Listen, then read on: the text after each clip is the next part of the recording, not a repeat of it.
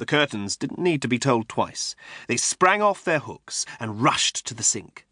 The tap ran and filled the basin with hot water. The soap made a lather, and then those curtains jumped themselves up and down in the water until every speck of dirt had run from them and they were as white as snow. Then they flew to the mangle, which squeezed the water from them. Then out to the line in the yard they went, and the pegs pegged them there in the wind. The wind blew its hardest, and in a few minutes they flew back into the kitchen once more. The iron had already put itself on the stove to heat, and as soon as the curtains appeared and laid themselves flat on the table, the iron jumped over to them and ironed them out beautifully. Then back to their hooks they flew and hung themselves up at the windows. How lovely they looked! "Wonderful!" cried Winklepip in delight. "My, I wonder what my old Aunt Maria will say." Then he began to think about food. "I think I'll have a big chocolate cake, a jelly with sliced pears in it, a dozen little ginger cakes, some ham sandwiches, some fresh lettuce and radishes, and some raspberries and cream," decided Winkle. "That would make a simply glorious tea." So he wished for all those, and you should just have seen his kitchen coming to life again. It didn't take the magic very long to make all the cakes and sandwiches he wanted, and to wash the lettuce and radishes that suddenly flew in from the garden. "Splendid!" cried the gnome, clapping his hands with joy. "Won't my Aunt Maria stare to see all this?" In the afternoon his old aunt came, and as soon as she opened the kitchen door, how she stared! She looked at the snowy sink. She looked at the spotless floor.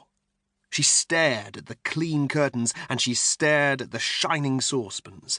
Then she gazed at the lovely tea spread out on the table. "Well," she cried in astonishment, "what a marvellous change, Winklepip! How hard you must have worked!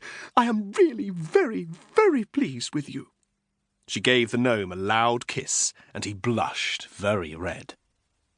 "It's my wishing suit, Aunt," he said, for he was a truthful little gnome. He told her all about it, and she was full of surprise. "Well, you be sure to take great care of it," she said, eating a big piece of chocolate cake.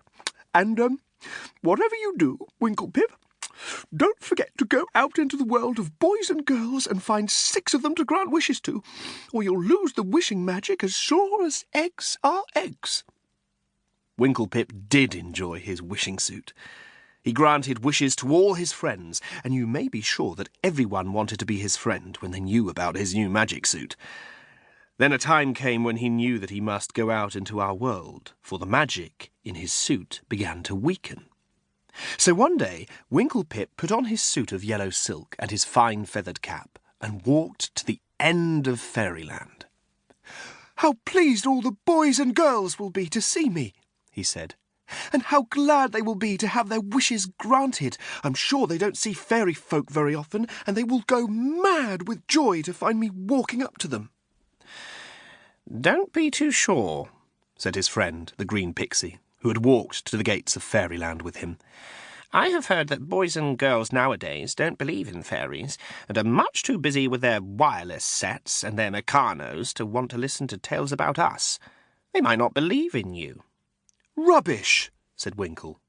He shook hands with the green pixie and walked out into our world. He looked all around him and wondered which way to go. "I'll go eastwards," he thought. "It looks as if there might be a town over there." So off he went, and after a few miles he came to a little market town.